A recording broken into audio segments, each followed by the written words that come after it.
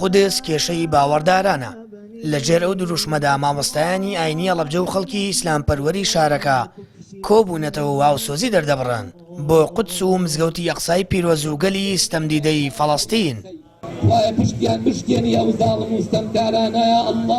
پشتیوانی و هاوسۆزی بۆ هەرگەل و وڵاتێکی ستەم لێکراو بە تایبەتی لەم کاتەدا من محنەتی گەلی فەڵەستین و خەڵکی باوەڕداری قودس مەسجید الئەقسا و غەزە بە ئەرکی ئاینی و ئینسانی ئەخلاقی خۆمان دەزانین.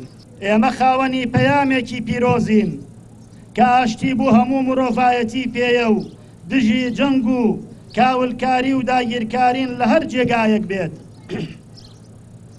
خەڵکی موسڵمانی فەڵەستینش زیاتر لە 3/4 سەدەیە خاک و وڵاتیان داگیرکراوە و لە هەموو وڵاتانی دنیاوە بە هاوکاری زلهێزانی ستەمکار خەڵکی دەمارگیر و توندڕەوی زایۆنی دەهێنرێتە سەر خاک و ماڵیان و گەلە بێدەسەڵات و چەوساوەکەی فەڵەستین ئاوارە دەکرێت کە ئێستا یەکەمین گەلی جیهانە لە ژمارەی ئاوارە و دەرکراو لەسەر خاکی خۆی.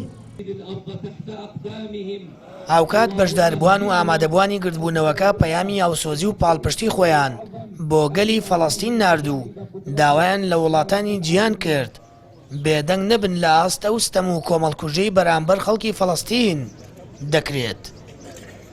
پەیام ئەوەیە یەکەم هاتم بۆ پشتگیریکردنی ئەهلی غەزە بە تایبەت و مسلمانانی جیهان هەر هەمووی. پەیاممان ئەوەیە نەتەوە یەکگرتوەکان باسی مافی مرۆڤەکەن کوا مافی مرۆڤ بۆ ئیسرائیل و بۆ جوولەکە نایەنەدەنگ.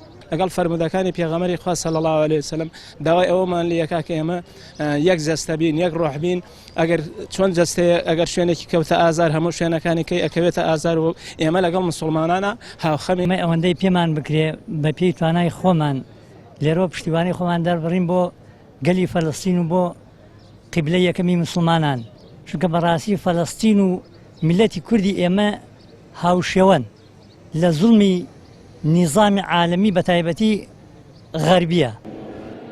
زیاتر لە 10 ڕۆژە قەوارەی ئیسرائیل هێرشەکانی بۆ سەرکەرتی غەزە و مزگەوتی ئەقسای پیرۆز کە یەکەم ڕووگەی مسلمانانە دەست پێکردووە و لە ڕێگەی بردومانی فڕۆکەکانی ئەوەدەیان ناوڵاتی مەدەنی شەید کردووە لە بەرامبەردا بزوتنەوەی حەماس و مسلمانانی خۆڕاگری فەڵەستین دژی داگیرکاری و هێرشەکان وەستاونەتەوە.